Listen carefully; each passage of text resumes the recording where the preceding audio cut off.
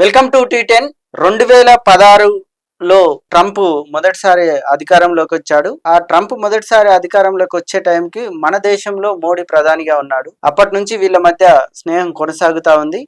ఆ తర్వాత ట్రంప్ ఓడిపోయాడు. మళ్ళీ 2024లో అధికారంలోకి వచ్చాడు. మోడీ ట్రంప్ని అధికారంలోకి తీసుకురావడం కోసం అమెరికా ఎన్నికల్లో కూడా పాల్గొని ప్రచారం కూడా చేశాడు. ఒక దేశ అధినేత ఇంకో దేశంలో పోటీ చేస్తున్న ఎన్నికల ప్రచారంలో పాల్గొని ఈయనని గెలిపించండి అని ఎక్కడ కూడా ప్రచారం చేయరు.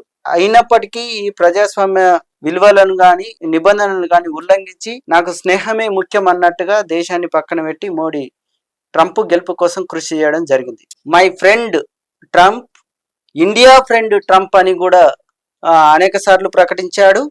అటు గ్రేట్ లీడర్ మై ఫ్రెండ్ అని కూడా ట్రంప్ కూడా కౌగిలించుకున్న పరిస్థితులు ఉన్నాయి. 2024లో రెండవసారి ట్రంప్ అధికారంలోకి వచ్చిన తర్వాత అనేక నిర్ణయాలు తీసుకుంటూ వస్తా ఉన్నాడు. ఇట్లాంటి పరిస్థితుల్లో భారతదేశానికి ఒరిగిందేంటి, అమెరికాకు ఒరిగిందేంటి? అయితే ఇప్పుడు వారి మధ్య స్నేహం అలాగే ఉందా, చెడిందా, దానికి కారణాలు ఏంటి తెలుసుకునే ప్రయత్నం చేద్దాం. వాటిని మాట్లాడడానికి మన స్టూడియోలో KVSN రాజు గారు, ప్రముఖ విశ్లేషకులు ఉన్నారు. వాళ్ళని అడిగి తెలుసుకుందాం. నమస్తే రాజు గారు. నమస్కారం. ఇప్పుడు అమెరికాలో అక్రమ వలసదారులన్న పేరుతో గాని మన ఉద్యోగుల మీద గాని ఇండియన్స్ ను బేడీలేసి ఇటు తీసుకొచ్చి పడేసిన పరిస్థితులు ఉన్నాయి ట్రంప్ గెలిచిన తర్వాత రెండవసారి. అయితే దీన్ని చూస్తున్నప్పుడు వాళ్ళ మధ్య స్నేహం అలాగే ఉందా, చెడిందా, ఏం జరిగిందని మీరు అనుకుంటున్నారు? మొదటిగా మనం చూడవలసింది ఇది అమెరికా భారతదేశ ప్రయోజనాల, దేశాలలో ఉన్న ప్రజల ప్రయోజనాల అన్నది చూడాలి. మీరన్నట్టు ఇప్పుడు భారతీయ విద్యార్థుల్ని లేదు భారతీయ ఉద్యోగుల్ని ఎవరైతే ఇల్లీగల్ ఇమ్మిగ్రెంట్స్ అని చెప్పినాయని ట్రంప్ వాళ్ళని బేడీలు వేసి పంపించడం అన్నది చాలా దుర్మార్గమైన చర్య. ఎందుకు అని అంటే వాళ్ళు ఇల్లీగల్ ఇమ్మిగ్రెంట్స్ అవ్వచ్చు తప్ప వాళ్ళు దేశానికి హాని చేసే పరిస్థితి గాని దేశద్రోహం గాని చేయలేదు.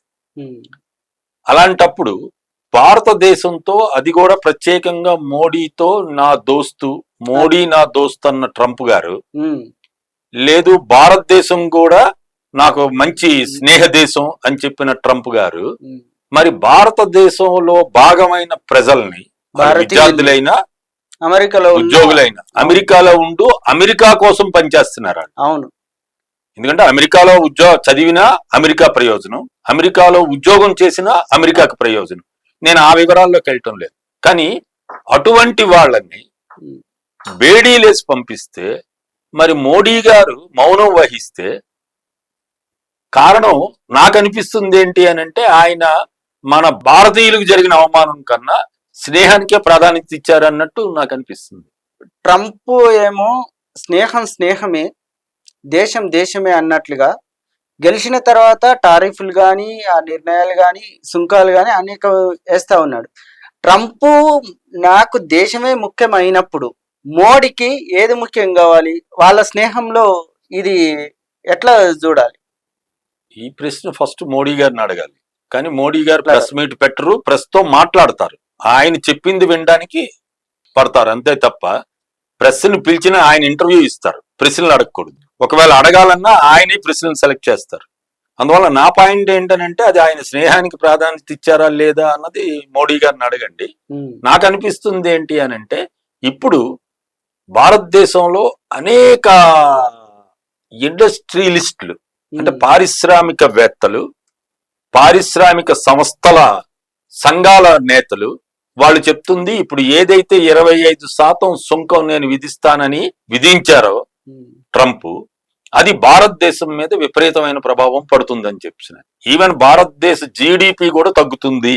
ఎందుకు అని అంటే అమెరికా భారతదేశం మధ్యన జరిగిన వ్యాపార లావాదేవీల్లో భారతదేశం సర్ప్లస్ లో ఉంది. అంటే భారతదేశానికి లాభం జరుగుతుంది. $47.8 బిలియన్, 47.8 బిలియన్ వ్యాపార లాభం జరుగుతుంది మనకి. అంటే మనం చేసిన ఎక్స్పోర్ట్స్, మనం అమెరికా నుండి తెచ్చుకున్న ఇంపోర్ట్స్, అంటే ఎగుమతులు దిగుమతులు, ఆ వ్యాపారం అంటాం, రెండు దేశాల మధ్య జరిగే వ్యాపారం, అందులో భారతదేశానికి లాభం జరుగుతుంది. కానీ ఇప్పుడు విశ్లేషణలు వస్తున్నవి ఏంటి అని అంటే ఈ 25% సుంకం విధించడం వల్ల ఎస్పెషలీ ప్రొడక్ట్స్ అన్ని మన భారతదేశం నుండి ఎక్స్పోర్ట్ అవుతున్నవి అనేకం ఉన్నాయి. వాటి మీద వేసిన సుంకాల వలన భారతదేశ ఆర్థిక వ్యవస్థ మీద ప్రభావం పడుతుంది ఒకటి. రెండోది భారతదేశ ఎంఎస్ఎంఈల మీద ప్రభావం పడుతుంది. మూడోది ఎప్పుడైతే ఎంఎస్ఎంఈలో మీద ప్రభావం పడుతుందో అది అక్కడ ఉన్న పరిశ్రమలో పనిచేస్తున్న కార్మికుల తొలగింపుకు కూడా దోహదపడుతుంది. అందువల్ల ఇన్ని కారణాలు ఉన్నాయి. మరి ఇన్ని కారణాలున్నా మన మోడీ గారు మాట్లాడటం లేదు. ఆయన ఇప్పుడు పార్లమెంట్ సెషన్ నడుస్తుంది, పార్లమెంట్ లో దీనికి సంబంధించి ఏం లేదు. మొన్న కూడా మాట్లాడారు ఆపరేషన్ సింధూర్ మీద. ఏ ప్రపంచ నాయకుడు నాతో మాట్లాడలేదు, ఏ ప్రపంచ నాయకుడు ఆదేశాలు ఇవ్వలేదని చెప్పారు తప్ప ట్రంప్ అని చెప్పారు, పేరే చెప్పలేకపోయారు. అంటే నాకు అనిపిస్తుంది ఇక్కడ కూడా ఆయన స్నేహానికే ఎక్కువ ప్రాధాన్యత ఇస్తున్నారు. భారతదేశం మీద ఆర్థిక వ్యవస్థ మీద పడే ప్రభావం గాని సుంకాల వలన, భారతదేశంలో ఎంఎస్ఎంఈల మీద లేదు ఇతర పరిశ్రమల మీద పడే ప్రభావం మీద గాని, లేదు ఆ కంపెనీల్లో పనిచేస్తున్న కార్మికుల మీద పడే ప్రభావం వల్ల జరిగే నష్టం గాని ఇవేవి ఆయన చూడకుండా కేవలం ట్రంప్తో స్నేహం కొనసాగించడానికే ఆయన ఇంకా ఉబలాట పడుతున్నట్టు నాకు అనిపిస్తుంది. మీరు స్నేహం కొనసాగించడానికే ఉబలాట పడుతున్నారు అంటున్నారు. ట్రంప్ ఏమో అమెరికా ఫస్ట్ అంటున్నాడు, మోడీ ఏమో ఇండియా ఫస్ట్ అంటున్నాడు. అది ఫస్ట్ ఇది ఫస్ట్, ఎట్లా కుదురుతుంది? వీళ్ళ మధ్య స్నేహం కొనసాగుతుందా? దానివల్ల వచ్చే పరిణామాలు ఏంటి? స్నేహం ఒక నిమిషం పక్కన పెడతాం. ట్రంప్ ఎన్నికల్లో గెలిచిందే మేఘా అని ఒకటి చెప్పారు. అవును, ఇప్పుడు మన మోడీ గారు ఉద్యోగాలు హామీ ఇచ్చినట్టు. అంటే మేక్ అమెరికా గ్రేట్ అగైన్, తర్వాత అమెరికా ఫస్ట్ అని రెండో పెట్టారు. అవును, ఈ రెండిటి వలన అమెరికా ప్రజల మీద ప్రభావం పడి, ఎస్పెషలీ విద్యార్థుల మీద, మన విదేశాల నుండి వచ్చిన ఉద్యోగుల మీద ఆ ప్రభావం పడి ఓవరాల్ గా చాలా తక్కువ మెజారిటీతో ట్రంప్ గెలిచారు. ఇప్పుడు ఆయన చెప్తుంది కూడా అమెరికా ఫస్ట్ అంటున్నాడు. అమెరికాని మళ్ళీ గట్టి దేశానిగా తయారు చేస్తాను అని అన్నాడు.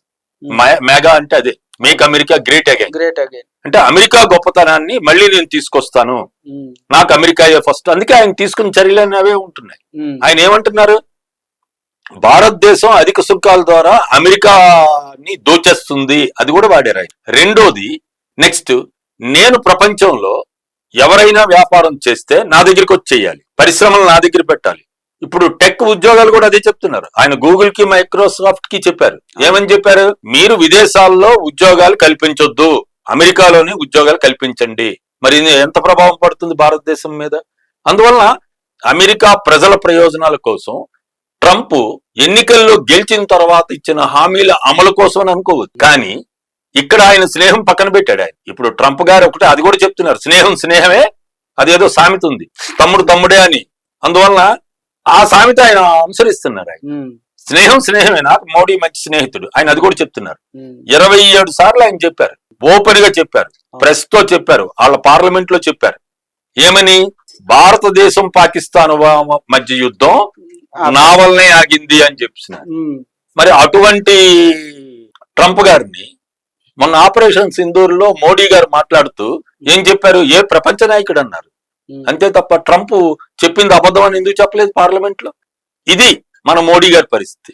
నెక్స్ట్, మోడీ గారు ఏమని ఇచ్చారు, ఇప్పుడు ఉపన్యాసాలు ఏం జరుగుతున్నాయి, భారతదేశాన్ని నేను 3వ ఆర్థిక శక్తిగా తీసుకొస్తున్నాను, నా హయాంలో ఆల్రెడీ 4వ స్థానంలోకి వచ్చామన్నారు. ఇప్పుడు 4 కూడా రాదు, ఎందుకనంటే ఇది సుంకాల వలన జీడిపి తగ్గిపోతుందని చెప్తున్నారు. అందువల్ల 4 రావాలి అని అంటే 2025-26లో మన జీడిపి సుమారు 7% పెరగాలి. 7% పెరిగితే అప్పుడు 4వ స్థానంలో జపాన్ అధిగమించి వస్తాం. ఇప్పుడు ఎంత ఉందండి? ఇప్పుడు 6.2కి వచ్చేస్తుందని చెప్తున్నారు. ఇప్పుడు ఈ సుంకాల ప్రభావంగా పడితే ఇంకా తగ్గొచ్చని ఆర్థిక నిపుణులు చెప్తున్నారు. ఆల్రెడీ ట్రంప్ 1 నుంచి అమల్లోకి వస్తున్నాయని చెప్పేశాడుగా. అందుకే నేను చెప్తుంది, అందువలన 4వ స్థానమో 3. మరి అతిపెద్ద ఆర్థిక వ్యవస్థగా నేను తయారు చేస్తున్నాను అని అంటే మరి దేశ ప్రయోజనాలు ఎట్లా ఉంటాయి? మన అమెరికాతో వ్యాపారమా, లేదు అమెరికాతో నాకు కొంత వ్యాపార సంబంధాలు చెడిపోయినా తగ్గినా ఇతర దేశాలతో మనం వ్యాపారం చేయలేమా అనే ఆలోచన ఉండాలి. ఇప్పుడు ట్రంప్ తీసుకున్న నిర్ణయంలో నా దగ్గర స్నేహం ఉండడమే కాదు, మీరు ఇతర దేశాలతో ముఖ్యంగా రష్యాతో ఆయిల్ కొనొద్దు, ఆ దేశంతో ఇది చేయొద్దు, ఈ దేశంతో ఇది తీయొద్దు అని ఆంక్షలు పెట్టి కూర్చున్నాడు భారతదేశాన్ని. మన వాళ్ళు కూడా మేము అది చేసుకుంటాం, నీ ఇష్టం ఉన్నది నీవు చేసుకో అనే పరిస్థితి లేకపోగా మౌనం వహించి వాడు చెప్పిన షరతులకు అన్నిటికి కూడా తల ఊపుతున్న పరిస్థితులు కనిపిస్తున్నాయి. ఇట్లాంటి పరిస్థితుల్లో మన దేశంలో ఎవరితో ఉండాలి, ఎవరితో స్నేహం చేయాలి, ఎవరితో వ్యాపారం చేయాలి, ఎవరితో ఎట్లుండాలని ట్రంప్ డిసైడ్ చేయడాన్ని ఎట్లా చూస్తారు? ఈ పరిస్థితిలో ఈ స్నేహం భారతదేశానికి లాభమా నష్టమా, ఏంటి దాని పరిస్థితి? ఖచ్చితంగా భారతదేశానికి నష్టం. కానీ మోడీ గారు భారతదేశానికి నష్టానికి ప్రాధాన్యత ఇవ్వటం లేదు, స్నేహానికే ప్రాధాన్యత ఇస్తున్నారు. ఒకటి. రెండోది, మీరన్న రెండో పాయింట్, ఇంత ప్రభావం పడుతుంటే ట్రంప్ ఒక విషయం స్పష్టంగా చెప్పారు. ఆయన రష్యాతో మీరు వ్యాపారం చేస్తే 100% నుండి 500% వరకు టారిఫ్ విధిస్తానని చెప్పారు. ఆయన 10% దగ్గర ఆగలే, 25 దగ్గర ఆగలే, ఆయన స్పష్టంగా చెప్పారు. అంటే భారతదేశం ఎవరితో స్నేహం చెయ్యాలి, భారతదేశం ఎవరితో వ్యాపారాలు చెయ్యాలి, అవన్నీ ట్రంప్ శాసిస్తే మరి మోడీ గారు మాట్లాడటం లేదు కదా. అది మనం అర్థం చేసుకోవాలి. మన దేశం మోడీ గారు ఎందుకు మాట్లాడటం లేదు? ఎస్, ఈయన చాలా మాటకారి కదా, ఆయన అసలు ఉపన్యాసాలు ఆయనే చెయ్యాలనుకుంటారు కదా, బాగా చేస్తారు కదా. మరి అటువంటి మోడీ గారు ఎవరినైతే మన్మోహన్ సింగ్ గారిని మౌనముని అన్నారు, మరి ఈయన ఇంత మౌనం ఎందుకు వహిస్తున్నారు? ఈయన్నేమనాలి? ట్రంప్ విషయంలోనే మౌనమా, మిగతాదంతా మౌనం? చాలా విషయాల్లో మౌనం, చాలా విషయాల్లో మోడీ గారు ఈ మధ్యని మౌనం పాటిస్తారు. ఎస్పెషల్లీ ట్రంప్ విషయంలో అసలు ఏమీ పట్టనట్టు ఉంటుంది. అది చాలా దుర్మార్గం. నిన్న కూడా పార్లమెంట్ లో 1:42 మాట్లాడితే సింగిల్ వర్డ్ ట్రంప్ అనే పదం రాలేదు. అమెరికాను కూడా రాలేదు. మోడీ గారు బీజేపీ అని ఎన్నిసార్లు అన్నారో తెలియదు కానీ కాంగ్రెస్ అని ప్రతిసారి అంటున్నారు, ప్రతి పాదంలో చెప్తున్నారు, ప్రతి వాక్యంలో మొన్న పార్లమెంట్ లో మాట్లాడినప్పుడు కూడా అదే ఉంది, కాంగ్రెస్ కాంగ్రెస్ కాంగ్రెస్, లేదు నెహ్రూ నెహ్రూ నెహ్రూ. అవునండి. అందువల్ల నేను ఆ విషయాల్లోకి వెళ్ళటం లేదు. మన విషయాలు ఏంటి అని అంటే ఒకటే విషయం, మోడీ ట్రంప్ మధ్య స్నేహం అటు అమెరికా ప్రయోజనాలకి ఇటు భారతదేశ ప్రయోజనాలకి ఆటంకం కాకూడదు. ఎవరైనా దేశ అధ్యక్షుడైనా దేశ ప్రధాని అయినా వీళ్ళ స్నేహం దేనికి ఉపయోగపడాలి అంటే ఇరు దేశాల మధ్య సత్సంబంధాలు ఉండాలి, ఇరు దేశాల మధ్య విన్ విన్ సిచ్యువేషన్ అంటాం. అంటే నేను గెలవాలి, నువ్వు గెలవాలి, వ్యాపారం వల్ల నాకు లాభం రావాలి, నీకు లాభం రావాలి, నేను నీకు షరతులు పెట్టకూడదు, నువ్వు నాకు షరతులు పెట్టకూడదు. ఇవి కదా సహజమైన వ్యాపార లక్షణం. కానీ ఇప్పుడు ట్రంప్ గారు ఏం చెప్తున్నారంటే, నువ్వు రష్యా దగ్గర ఆయిల్ కొంటున్నావు, నువ్వు రష్యా దగ్గర ఆయుధ పరికరాలు కొంటున్నావు, ఆయుధాలు కొంటున్నావు, ఇవి కొనడానికి వీలు లేదు. మరి మోడీ గారు ఎందుకు మాట్లాడరు? ఇప్పుడు పార్లమెంట్ నడుస్తుంది కదా, మాట్లాడమనండి. ఎస్, మా దేశ ప్రయోజనాలకి ఏదైతే అనుకూలంగా ఉంటుందో, మా దేశ ప్రజలకు ఏదైతే అనుకూలంగా ఉంటుందో ఆ విధానాలని మేము అనుసరిస్తాం, అది అమెరికా అయినా చైనా అయినా ఏ దేశం అయినా అని ఎందుకు స్పష్టంగా పార్లమెంట్ లో చెప్పరు? ఎస్, నేను ప్రధానిగా నాది బాధ్యత ఏంటి? నా దేశ ప్రయోజనాలు. నేను ప్రధానిగా నా దేశ ప్రజల ప్రయోజనాలు. అవి కదా మోడీ గారు మూడోసారి ఎన్నికప్పుడు కూడా చెప్తుంది, నా దేశ ప్రయోజనాలే నాకు ముఖ్యం, నా ప్రజల ప్రయోజనాలే ముఖ్యం. అసలు మా పార్టీ భారతీయత పార్టీ, మాది దేశభక్తి. ఇది మరి ఏం దేశభక్తి? ఇది నా ప్రశ్న. అది ఏం దేశభక్తి? ఇది దేశభక్తే స్నేహభక్తే? అది చెప్పమానండి. ట్రంప్ నిర్ణయాలతో ఇప్పటి వరకు అమెరికా లాభపడుతూ వస్తుంది. ఒక విధంగా చెప్పాలంటే ఈ సుంకాలు వచ్చినా కానీ అమెరికా లాభపడ్డట్టే. అమెరికా లాభపడుతున్నప్పుడు భారత్ నష్టపోతుంది. ఇట్లాంటి పరిస్థితుల్లో మోడీ ఆ స్నేహాన్ని అలాగే కొనసాగించి స్నేహమే ముఖ్యమని అనుకుంటాడా, లేక నిజమైన దేశభక్తుడిగా మన దేశ ప్రయోజనాలే ముఖ్యం అనుకొని తెగదెంపులు చేసుకొని మన దేశ ప్రయోజనాలకు నిలబడతాడా? ఇట్లాంటి పరిస్థితుల్లో వాళ్ళ స్నేహం కొనసాగుతుంది అనుకుంటారా? మీరేమనుకుంటున్నారు? అసలు స్నేహం అప్రస్తుతం. ఇప్పుడు దేశ అధ్యక్షుడు, దేశ ప్రధాని, స్నేహం ఉండొద్దు ఉండకూడదు అన్నది వ్యక్తిగతం. కానీ ఆ స్నేహం దేనికి ఉపయోగపడాలి? దేశ ప్రయోజనాలకు ఉపయోగపడాలి.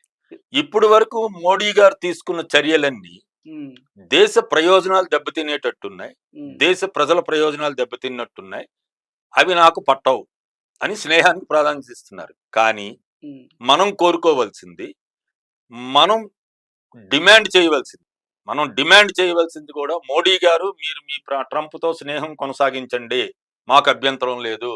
కానీ ట్రంప్ గారి నిర్ణయాల వలన భారతదేశ ప్రయోజనాలు దెబ్బతింటే మేము సహకరించం, మేము అంగీకరించం. మీరు దీన్ని వ్యతిరేకించాలి ఒకటి.